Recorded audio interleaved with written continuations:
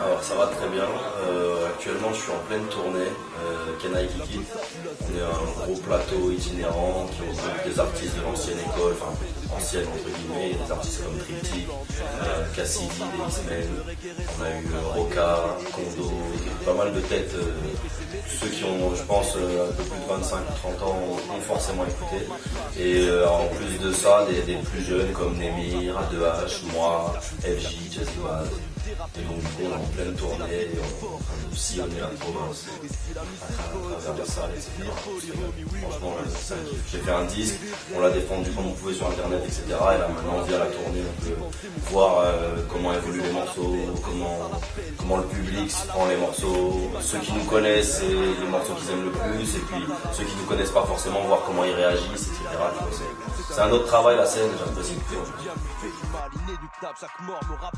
Alors si je fais la différence, très honnêtement, alors où est-ce que je me sens le mieux? Moi je suis un éternel insatisfait. Quand je reste trop longtemps ici j'ai envie de redescendre, quand je redescends ça me gonfle, j'ai envie de remonter. En vrai de vrai j'aimerais bouger là, à l'heure actuelle. S'il n'y avait pas la musique qui me rattachait ici en France, j'aimerais partir aux États-Unis, au Canada, l'Australie, quelque part pour bouger, me changer les idées. Mais qu'est-ce que je préfère? Je sais pas, l'été Marseille, l'hiver Paris, on va dire. Et en termes de son, j'écoute vraiment beaucoup plus de rap américain. Je pense qu'en termes d'influence, c'est beaucoup plus là que je vais puiser des influences. Après, de ce que j'écoute, ouais, je pense que j'ai écouté plus de rap parisien que de rap marseillais. Pour la simple bonne raison qu'il y a plus de rap parisien que de rap marseillais. Marseille, je me suis pris Ayam, la FF. Il y a des MC que je me prends beaucoup. Je me suis pris Psychiatre à l'époque, j'étais jeune, c'était le groupe du moment. REDK, je trouve très fort. Il y a à Marseille. Après, il y a des groupes à Marseille, Rafale de Punchline, il y a des petits groupes qui commencent à monter et qui ont leur propre identité et pas juste une identité purement marseillaise au-delà de l'accent, tu vois. Mais ouais, en termes de son, je pense que si je dois être le plus influencé, je pense que ça doit être le rap parisien, parce qu'à l'époque, en rap français, je pense que le truc qui m'a influencé, c'était Mo. Toute la réunion là de Booba, Smoke Puccino, Il, tout ça, c'est un truc, si t'es passionné de rap, tu prends ça une fois dans ta vie, t'es traumatisé à vie, c'est obligé. Bonjour. 100% rap, enfin, tout ce qui s'y rattache, tu vois, aujourd'hui, moi, tu vois, j'ai pas de label, je suis pas signé nulle part, je travaille en association avec MPC Prod, qui s'occupe un petit peu de pas mal de choses en accompagnement, tu vois, ils font le booking pour les dates, avec CO2 également, ils font tout ce qui est relations presse, tu vois, ça me permet d'avoir quelqu'un avec qui bosser vraiment, mais donc du coup, oui, c'est que le rap, là, je travaille plus, je vis des scènes. On vit pas, pour l'instant on fait des plateaux, on est pas mal d'artistes, donc je suis pas payé des masses, mais ça me permet de remplir mon frigo, de payer mon loyer, le tout en partant faire la colonie de vacances, faire du rap avec mes potes, c'est cool. Ouais. Mais après, ouais, si, il fait pas que le rap dans le sens où tout le travail qui va autour du rap, on le fait nous-mêmes, tu vois, la communication, la production, tous les rendez-vous, les relationnels, etc. Là, ce que je suis en train de faire, en soi, je fais pas du rap, mais c'est rattaché à mon activité de rappeur. Je pense que quel que soit le milieu, tu as une catégorie de personnes qui ne savent pas, passer le relais, et deux, qui ne font pas la différence alors qu'eux-mêmes ont été artistes et ont eu des grosses retombées, etc. Ils ne savent pas faire la différence entre ce que le public et l'artiste. À savoir que quand nous on a eu un gros buzz, etc., on a eu un petit peu une image chez pas mal d'anciens de jeunes cons un peu, tu vois. Alors que concrètement, frère, on est des rappeurs, on sillonne les open mic, on a tous les disques de ces mêmes personnes qu'on a achetés, écoutés, on est allé les voir en concert, on a continué à dire, tu peux regarder tous les clips de Nekfeu, lui c'est le spécialiste de ça, il a porté tous les t-shirts de tout le rap français dans ses clips. Et Assassin, Secret Connection, et j'en passe. Et t'as des anciens qui ont été clairement, qui ont eu un mauvais ressenti vis-à-vis de nous. Après c'est pas tous, hein, moi des mecs, je sais pas moi, des Bustaflex, des Roca, des Kondo, il y en a plein des artistes que j'ai écoutés, qui sont des artistes de l'ancienne génération et qui sont venus nous témoigner du respect et nous dire qu'ils kiffaient ce qu'on faisait et qu'ils aimaient bien ce qu'on représentait. Après, tu as d'autres personnes qui ont cristallisé un petit peu sur eux, ça fait longtemps qu'ils n'ont rien fait. Ils nous voient arriver, ils ont l'impression qu'on leur vole un petit peu un truc, parce que nous, c'est vrai qu'il y a eu un petit retour à des. Moi, je considère pas faire du rap à l'ancienne, mais au vu de ce qui se fait en France, que ce soit en termes de production, de rap, de chant, etc., ça peut paraître passer en France pour un truc à l'ancienne. Alors que si tu regardes des trucs, alors, je sais pas, mais aux États-Unis, t'as des tonnes de mecs qui font du rap un petit peu de la couleur qu'on fait nous, et ils ont pas cette étiquette-là de rap à l'ancienne, tu vois. Et t'as des anciens qui l'ont mauvaise et qui. Mais après, bon, moi, franchement, très honnêtement, je calcule pas quand je fais ma musique et je la produis et je la promotionne du mieux que je peux. Je pense pas avoir manqué de respect à qui que ce soit dans ma vie ou dans mes textes. À partir de là, qui nous aime pas. Bon baiser. Ouais, moi j'écoute tout ce qui sort. Tout ce qui sort et notamment. Moi Gizmo, tu sais, quand je l'ai rencontré, on s'est rencontré dans un studio. Et à l'époque c'était Nekfeu qui avait ramené tout le monde là-bas. Et c'était en mode vraiment rap, tu vois. Genre j'ai commencé à rapper un texte. Il l'a entendu, il est venu, il a rappé un autre texte, on a passé des heures à rapper comme ça. Et dès le début, moi j'ai su, Gizmo c'est quelqu'un qui a beaucoup de talent, qui a un charisme, qui a quelque chose clairement. À aujourd'hui, je trouve moi personnellement en tant qu'auditeur qu'il est mal exploité. Comme je te dis, pour moi c'est quelqu'un qui a beaucoup de talent, qui est capable de grandes choses. À aujourd'hui, je pense que ces producteurs, tu vois, ils ont je ne sais pas, je suis pas dans les papiers, mais tel que je connais déjà le business à l'heure actuelle, je pense qu'ils ont signé un deal sur lequel ils ont eu une avance pour 3 disques et qui veulent vite se rendre. On a fini notre contrat, on a rendu nos 3 disques. Ils sont en train de l'épuiser ils sont en train de le presser comme une orange. Dans ce 3e disque que j'ai écouté la semaine dernière, le jour de sa sortie, je l'ai téléchargé. Dans le disque, il y a encore, donc 1 an et demi après la sortie du premier disque, des couplets qu'il a grattés sur mon canapé chez moi à l'époque et qu'il n'a pas jugé assez bon pour figurer dans le premier disque. Premier disque qu'il a fait à l'époque où il était vraiment en mode, il avait que des textes qu'il avait de côté, il est rentré en studio, ils ont signé Gizmo, il est rentré en l'espace de 2 mois ou 3 mois, il avait enregistré un album, eux ils se sont dit on a signé Tupac, on a signé La Poule aux œufs d'or. Le seul problème, c'est que Gizmo, c'est un humain comme tout le monde, il a besoin de vivre, d'avoir des inspirations, d'avoir du vécu pour pouvoir recracher en lyrics.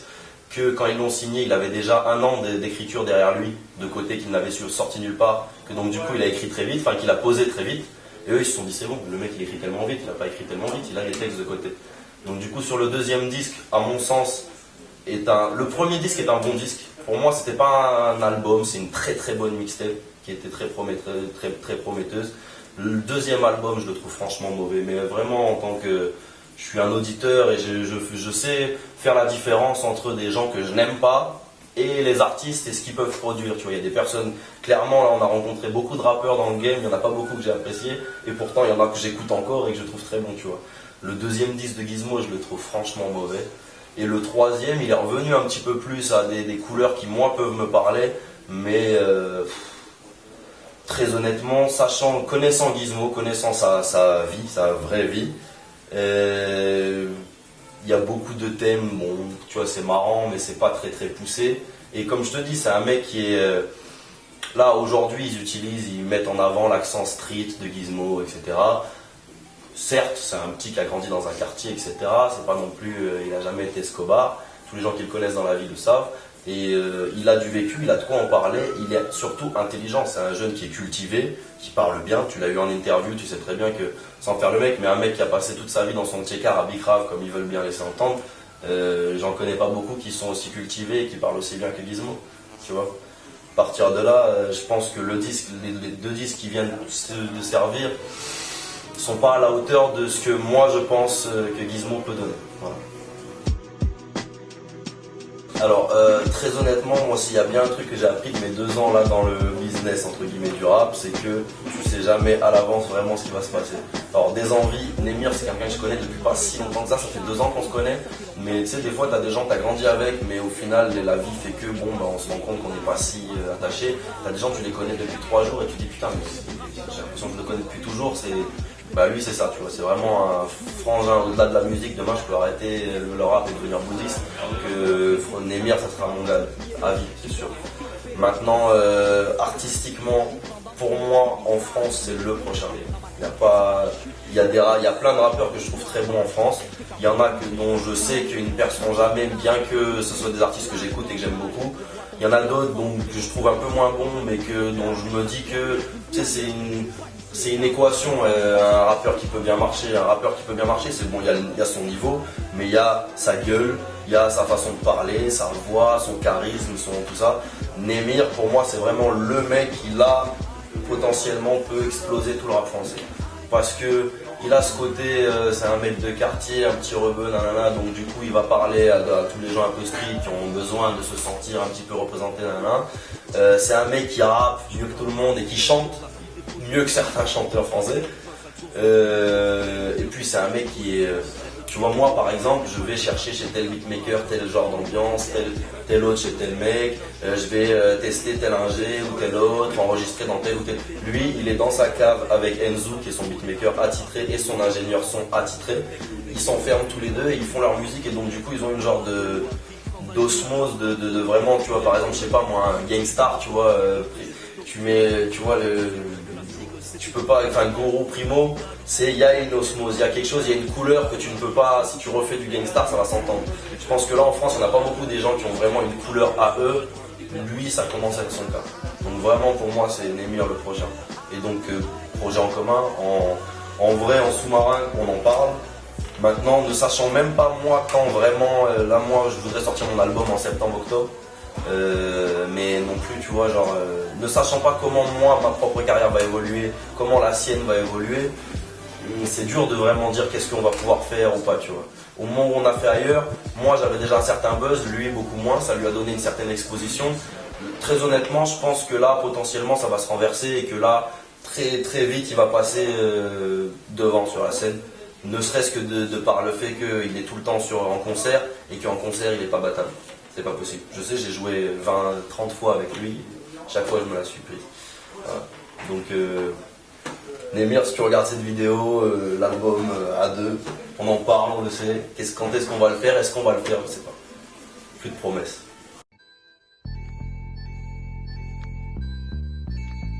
Alors là, j'ai fait 2 morceaux pour l'instant pour mon album. J'ai plusieurs prods, j'en ai 5 exactement en plus de ces 2 morceaux, dont je sais que je veux les kicker parce qu'elles sont vraiment trop lourdes. J'ai 2 morceaux que j'ai fait chez CHI, qui est le cousin de Taipan, qui a produit une partie de l'album de Youssoupha, entre autres, et l'album de Taipan aussi. Chez qui je suis allé au Luxembourg 2 jours, il a un studio là-bas. J'ai choisi les samples sur place, il a fait les beats sur place, j'ai écrit, enregistré sur place. Et dans les 2 morceaux, j'ai des refrains. Pas dire chanter, parce que chanter pour moi c'est, tu vois, tu chantes, moi je chante. Mais après j'évite, tu vois, tout ce qui est les grands accords majeurs avec, tu vois, j'évite, c'est les trucs qu'on a déjà entendus en rap français, je vais essayer d'éviter. Après, je suis pas un extraterrestre, hein, j'essaie de faire à l'inspiration ce qui me parle, et de plus en plus les trucs chantés me parlent.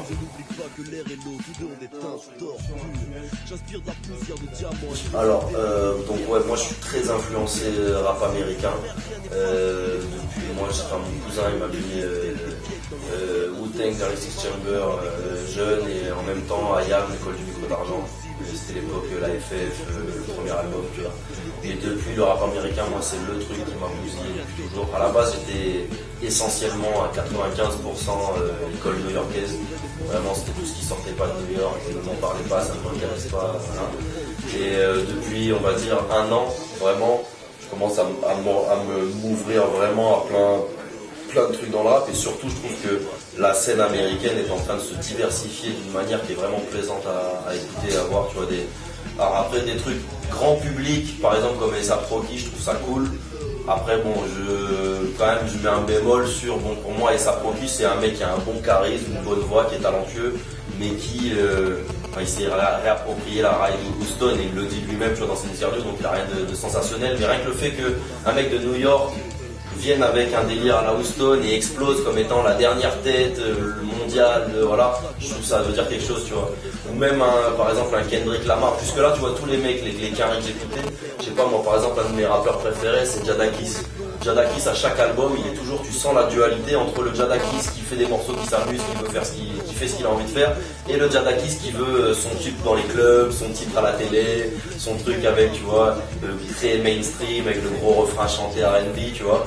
Et là, ces derniers temps, tu as des albums qui marchent et qui commercialement ne sont pas du tout faits pour marcher a priori dans le circuit tel qu'il est fait aujourd'hui, tu vois. Normalement, tu marches au single.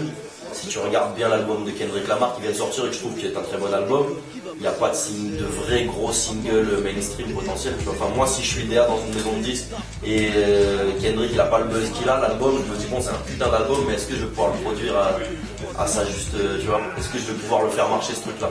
Je sais pas, tu vois. Il l'a fait, il a réussi à péter les ventes, je sais pas comment il a vendu exactement, mais il a explosé les ventes, il a des titres intéressants, des thématiques intéressantes, il a des clips intéressants, une imagerie qui est haute. Puis en plus on est sorti, ce qui est en train de se passer ici en France, à savoir qu'on sort un petit peu de... Au début nous on nous a un peu mis cette étiquette là et ça m'a un peu... J'aimais pas trop cette étiquette de le rap sort du ghetto, enfin dans le collectif, la moitié des gars c'est des gars de quartier, c'était un petit peu... Enfin nous ça nous a un peu énervé le truc, mais en même temps je comprends l'idée parce que c'était pas dans le discours ce qui était mis en avant, tu vois. Il y a des... Par exemple nous un truc très simple, quand on avait des problèmes dans certaines villes où ils veulent pas faire passer du rap, le tourneur il envoie ailleurs Némir et moi. Le mec il voit du soleil et deux mecs qui sourient pendant 3 minutes et tout de suite il dit ah ok vas-y en avant on va essayer ça, tu vois. Et c'est tout bête, mais aux États-Unis ça fait déjà quelques années qu'on est sorti de ce rap purement Kaira, tu vois. Et t'as des mecs qui marchent, un Kendrick Lamar, tu vois, il est pas, tu sais, c'est un mec de LA, c'est un mec de Tchekar, mais c'est pas un mec qui est là à faire le gangster. Et des mecs comme lui, il y en a plein, tu vois, des Cool Kids, des artistes américains qui vraiment ont dépassé cette étiquette de machin. Et je trouve ça de plus en plus intéressant et ça arrive en France, tu vois, des Joke, des 3010, il y en a plein des groupes vraiment que, tu sais, ça se diversifie en France, tu sais, sur la même scène, t'as 7 et Match, t'as Noir Fluo, on a de la bonne trap musique maintenant en France, on a du bon, moi les fausses répliques de Dirty South, j'ai raconté le Dirty South, Carter to Lil Wayne, c'est un de mes albums préférés, mais ça va, tu sais, personne n'a la légitimité pour se réapproprier un truc qui ne lui appartient pas. C'est pour ça que moi j'essaye de me sortir de mes influences new-yorkaises, etc. pour apporter quelque chose. Et au-delà de ça, je pense qu'il faut amener quelque chose, tu vois. Il faut arriver avec. Sinon tu fais que. T'es un fast-food, tu vois. Le McDo Quick, du sandwich ou du McDo, c'est la même chose, il n'y a pas de grosse différence, tu vois. Du coup, je pense. Je ne pense qu'à dynamiter la prod et capitaliser la monnaie. Les maisons de disques, elles sont pas bêtes, elles marchent avec le vent. Ça veut dire que si quand c'était la mode du rap Kaira, toutes les maisons de disques elles produisaient des disques Kaira, tu vois. Alors qu'en maison de disques, il n'y a pas, c'est pas des Kaira, les mecs sont derrière et c'est pas le rap qu'ils écoutent a priori, tu vois. Donc ils se sont laissés eux-mêmes tuer le truc qu'ils aimaient bien pour pouvoir faire du profit. Donc aujourd'hui, il y a un truc qui ressemble un peu plus à ce que les DA, parce que je sais plus ou moins ce qu'écoutent les DA de maison de disques en gros, et ce qui arrive là en termes de production, ça ressemble beaucoup plus à ce que eux écoutent. Et donc du coup ils sont d'autant plus, c'est d'autant plus facile quand tu es directeur artistique de produire un disque qui te parle, parce que tu vas pouvoir être plus ingénieux, pouvoir trouver des campagnes de promo plus intéressantes.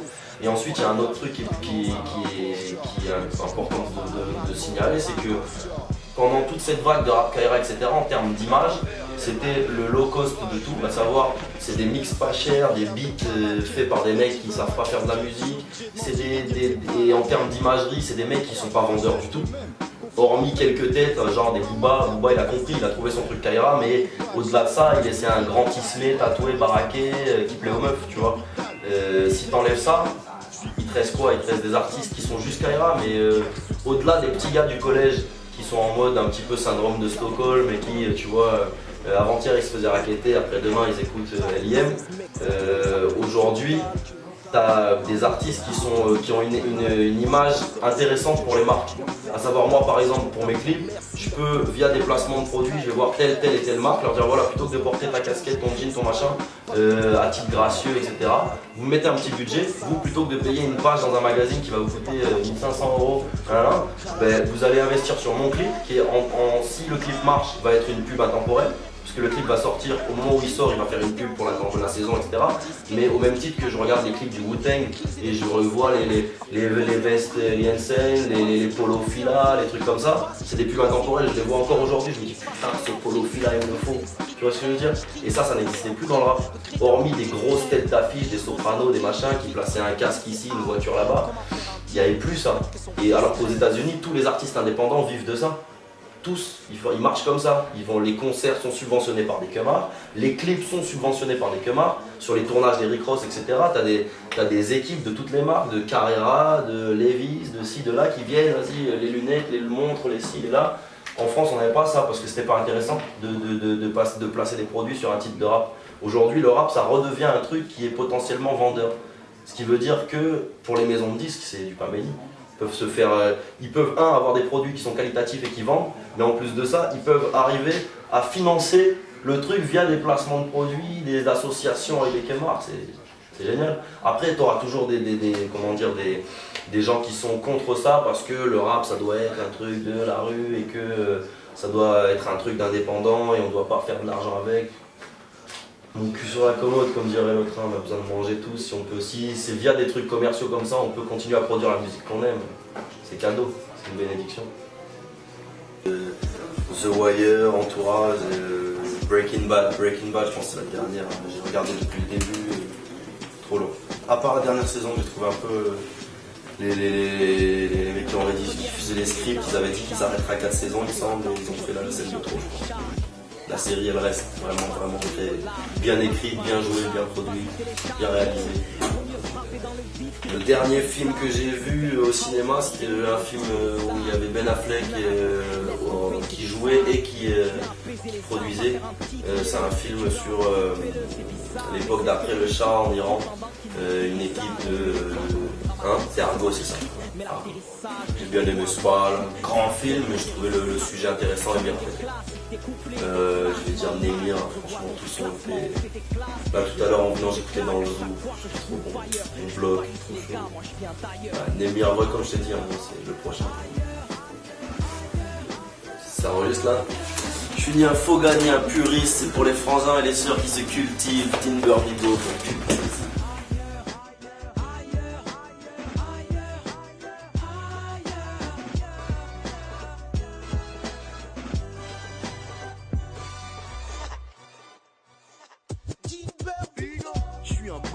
Je viens de la cité phocéenne, j'ai fait de mon rap un gagne-pain, chaque jour je remplis mes projets de rêve. Frère, je me fiche des collégiennes, je traîne le pire des mauvais gènes. Les matins gratte bien calepin afin d'inspirer d'autres élèves. Espèce d'OGM d'inspiration coréenne, nos adversaires connaissent l'air de défaite trop sévère. Les frères levés